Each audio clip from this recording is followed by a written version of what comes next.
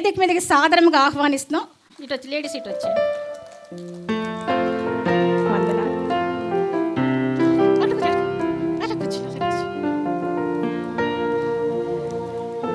దయచేసి సోకులేరు అందరూ ముందుకు రావాలి. సోకులేరు వాళ్ళు రండి, ముచ్చిలవాడ వాళ్ళు కూడా రండి ముందుకి.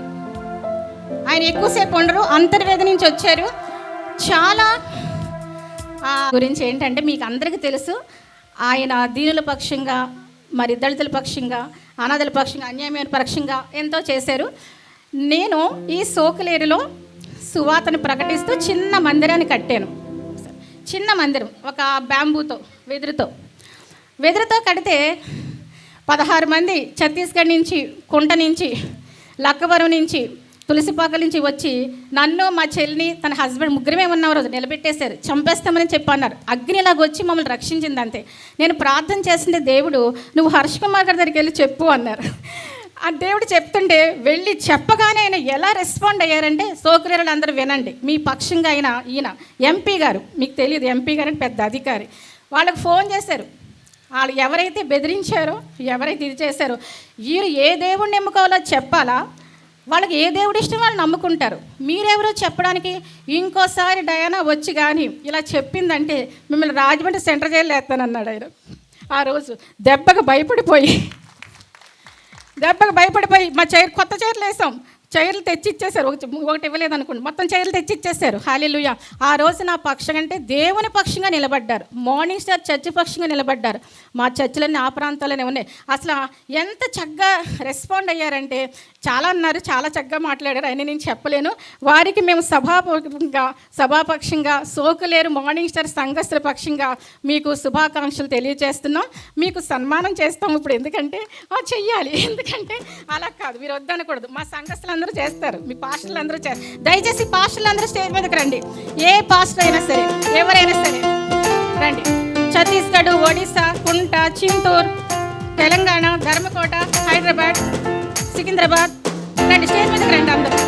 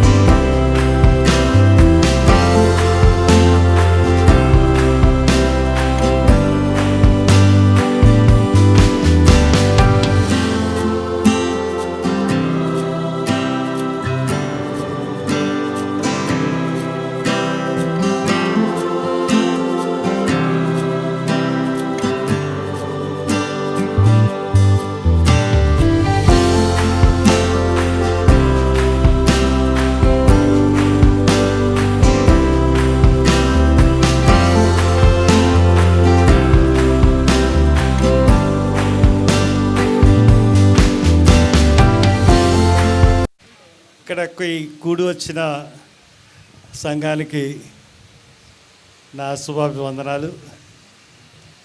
డయానా మా చిన్నప్పటి నుంచి తెలిసిన అమ్మాయి, ఎప్పుడు తెల్ల డ్రెస్తో చక్కగా దేవదూతలాగా ఉంటుంది. నిష్కలమైన నవ్వుతో ప్రార్థన తప్పితే ఇంకొక సబ్జెక్టు మాట్లాడడం నేను చూడలేదు. నాకు నిన్నే వచ్చి మీరు రావాలి, రేపు ఉజ్జీవ సభ పెట్టుకున్నాం, అక్కడ ఛత్తీస్గఢ్ నుంచి ఒక ఆయన వస్తారు, వైఫ్ అండ్ హస్బెండ్, కానీ ఆయన లాస్ట్ మినిట్లో రాలేకపోతున్నారు, మేడం గారు వస్తారు రావాలి అని చెప్తే, సరే తప్పకుండా వస్తానమ్మా, ఎందుకంటే వీళ్ళ అంతర్వేది వెళ్ళాలి నేను మ్యారేజ్కి. అంటే అక్కడ మ్యారేజ్ మాకు కోనసీమలో ఎలా ఉంటుందంటే సెకండరీపల్లి ప్రాంతాల్లో 10ంటికని కార్డులు వేస్తారు, 3ంటికి మ్యారేజ్ మొదలెడతారు. ఆ మ్యారేజ్ అయ్యేటోడికల్లా చాలా ఇది అయిపోయింది. ఈ మధ్యాహ్నం కూడా ఇంక భోజనం కూడా చేయబుద్దు ఆ ఎండకి దానికి. సరే అని చెప్పి వచ్చాను. వచ్చిన తర్వాత మీ అందరికీ నేను ఇంచుమించుగా తెలుసు. అందువలనంటే ఎవరికి ఏ ఆపద వచ్చినా కానీ వాళ్ళు హిందువులా, క్రైస్తవులా, ముస్లిమ్సా, ఈ భేదం నాకు ఉండదు. ఎవరికి ఆపదలో ఉన్నా కానీ నేను తప్పక సహాయపడతాను. ఇంకా క్రైస్తవుల విషయంలో ముందే ఉంటాను. ఇందాక చెప్పింది తను ఆ కుంట దగ్గర ఏదో గ్రామంలో ఆమెని కుర్చీలు అవి తీసుకుని ఎవరైతే అక్కడున్న గిరిజనులందరి మీద మీరు వెళ్ళడానికి వీల్లేదని ఆంక్షలు పెట్టి పెద్ద ఇది చేస్తే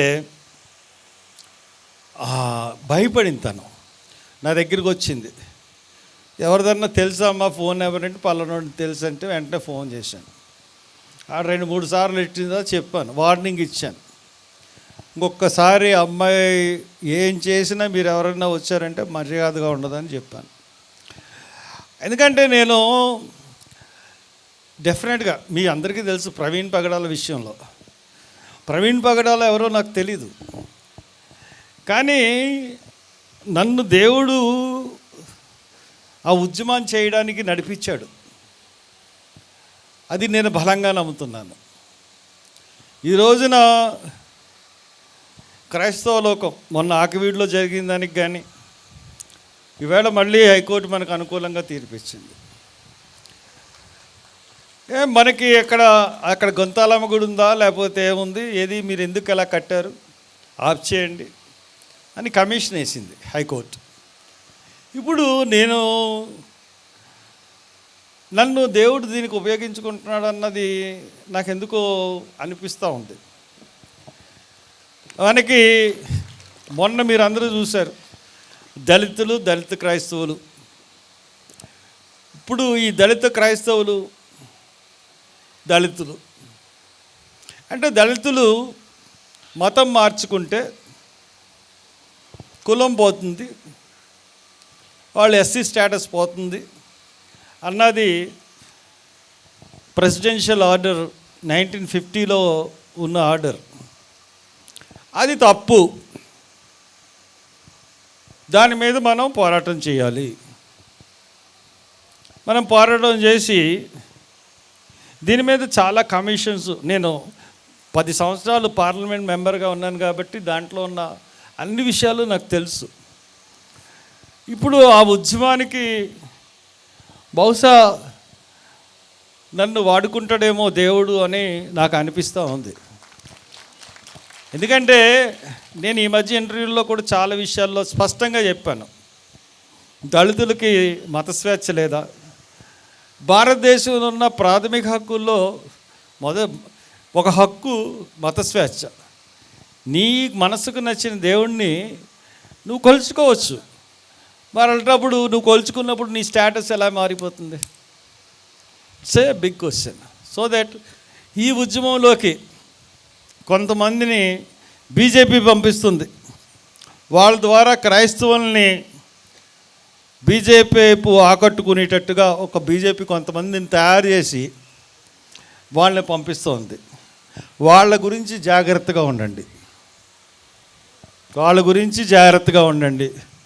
వాళ్ళు క్రైస్తవ ముసుగులోనే వస్తారు, క్రైస్తవులకి సహాయం చేస్తామని చెప్తారు, కానీ వాళ్ళు బీజేపీతో పంపబడిన దూతలు. సో వాళ్ళ విషయంలో అప్రమత్తంగా ఉండండి అని తెలియజేస్తూ, మరి ఇంత ఘనంగా నేను సన్మానం చేస్తుందని అనుకోలేదు. తన ప్రేమ అంతా నా మీద ఈవేళ అలా కురిపించేసింది. నాకు చాలా ఇష్టం. నా మీద ప్రవీణ్ పగడాల ఒక ఉద్యమం చేసినప్పుడు ఒక కవిత్వం రాసి ఒక ఫ్రేమ్ కట్టి తీసుకొచ్చింది డయానా. అది నేను వరండాలో పెట్టుకున్నాను, అందరూ చూడాలని. వచ్చిన వాళ్ళందరికీ చూపిస్తాను నేను. అది చాలా గొప్పగా రాసింది. ఈ ప్లేస్లో ఇంత బాగా, ఇంత బ్యూటిఫుల్గా అలంకరించి ఇంత బాగా చేస్తుందంటే నిజంగా హ్యాట్స్ ఆఫ్ డయానాకి. చాలా బాగా చేస్తుంది. ఎక్కడి నుంచో గిరిజనులు మీరు అందరినీ తీసుకొచ్చి ఇక్కడ సన్మానం చేస్తుంది. ఇప్పుడు నేను మాట్లాడిన వెంటనే వెళ్ళిపోతాను, ఎందుకంటే మా నాన్నగారు మా అమ్మగారు వెయిటింగ్. నేను వెళ్ళి ఇంకో కారు, ఈ కారు ఎక్కలేరు కాబట్టి ఇంకో కారు తీసుకుని వాళ్ళని పంపించాలి. సో దాట్ మిమ్మల్ని కలుసుకున్నందుకు, మరి వేదిక మీద ఉన్న పెద్దలందరినీ కలుసుకున్నందుకు మీ అందరికీ కృతజ్ఞతలు తెలుపుకుంటూ మరి సెలవు తీసుకున్నాను. Thank you very much.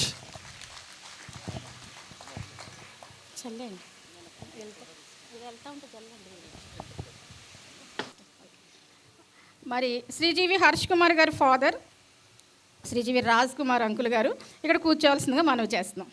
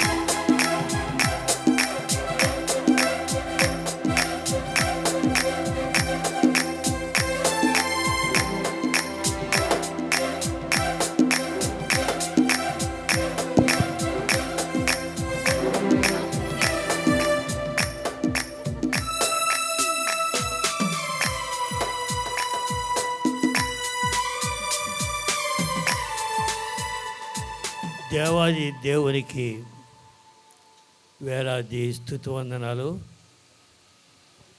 ఈ సమయాన్ని నేను ఇది ఎక్స్పెక్ట్ చేసిన విషయం కాదు. అసలు మైండ్ లేదు ఆ విషయం నాకు. కానీ ఈ వచ్చిన ఈవేళ మీరందరూ రావడం, దేవుని స్తుతించడానికి, అందరూ కలిసి దేవుని స్తుతించడం అనేది ఆయనకి చాలా ఇష్టమైన విషయం. దేవునికి జస్ట్ ఇక్కడ ఉండి ఈ స్తుతుల మీద కూర్చొని ఉంటారు ఆయన. మాట మీరు విన్నారు, యెహోవా ఆలకించును గాక అని మీరు సెలవిచ్చారు తండ్రి. నీకు స్తోత్రములు దేవా. ప్రతి సేవకునేటువంటి మాట నాయన నోట పలికించిన విధానం బట్టి నీకు స్తోత్రాలు. విత్తనములు వేశారు, విజ్ఞాపన చేశారు ప్రభా. మరి దయాన నాయన కృషి ఎంతగానో ప్రభా. ఎన్నో మీటింగులకు వెళ్ళాం కానీ తండ్రి మరి ప్రభా ఇటువంటి నాయన మరి సోకిలేరు ప్రాంతం వెళ్ళి ఆ బిడ్డలు నా తండ్రి ఎంత చక్కగా వారిని బలపరుస్తున్నారు. సిటీల్లోనే ఉంటారు కానీ ప్రభా అయా బిడ్డ చేస్తున్నటువంటి సేవా పరిచయాన్ని మీరు దీవించండి నాయన, ఆశీర్వదించమని ప్రార్థన చేస్తున్నాను. ఇదిగో తండ్రి ఆది నుంచి అంతవరకు మీరు ఉన్నారు ప్రభా. పాటల ద్వారా, ఆరాధన ద్వారా, వాక్యం ద్వారా నీ మహిమ తెచ్చినందుకు వందనాలు నాయన. ఈ ప్రార్థనా కొడుకులు ఇటువంటివి ఇంకా అనేకమైనవి నాయన మరి దయాన్ని నిలబెట్టి ప్రభా అనేకమైన కార్యములు జరిగించునుగాక. ఇటువంటి గొప్ప కార్యములు కలుగునుగాక. దేశముల విజ్ఞాపన కలుగునుగాక నా తండ్రి. నీకు స్తోత్రాలు. ఇంకా విజ్ఞాపన ప్రార్థనలు బిడ్డలందరూ బలం పొందుకుందురుగాక నాయన. వచ్చినటువంటి సేవకులందరినీ, ప్రతి సేవకుడిని, సేవకురాండ్రిని దీవించండి, ఆశీర్వదించండి. సంఘాన్ని దీవించండి, ఆశీర్వదించండి. అలాగే మరి ప్రభా నా తండ్రి దయాన కుటుంబాన్ని, తన చెల్లిని ప్రభా మరిది గారిని కూడా దీవించండి, ఆశీర్వదించమని ప్రార్థించుకుంటూ నాయన మరి ప్రభా హైదరాబాద్ నుంచి వచ్చినటువంటి సేవకురాండ్రిని కూడా మీరు దీవించండి. చక్కని వాక్యాన్ని వినిపింపచేశారు, వారిని కూడా దీవించమని ప్రార్థన చేస్తే రాత్రి మమ్మల్ని అందరినీ ఆశీర్వదించమని ప్రార్థించుకుంటూ మహిమ ఘనత ప్రభావాలు మీకే ఆరోపించుకుంటూ యేసుక్రీస్తు వారి అత్యున్నతమైన నామంలో స్తుతించి ప్రార్థించి వేడుకుంటున్నాము తండ్రి. ఆమేన్, ఆమేన్. మరి ఆలస్యమైనందుకు కొద్దిగా క్షమించండి. మీరందరూ ఆ ప్రేమ విందు సిద్ధం చేసాం, వెళ్ళి ప్రేమ విందు స్వీకరించండి. ఆయన ఇస్తాడు, మీరు ఇస్తారా? యేసు ప్రభు యొక్క కృపయు పరిశుద్ధాత్మని యొక్క అన్యోన్య సహవాసము ఈ శ్రేష్టమైన సహవాసంలో వచ్చిన ప్రతి కుటుంబంతోనూ తోడైండి నడిపించునుగాక. Amen, amen.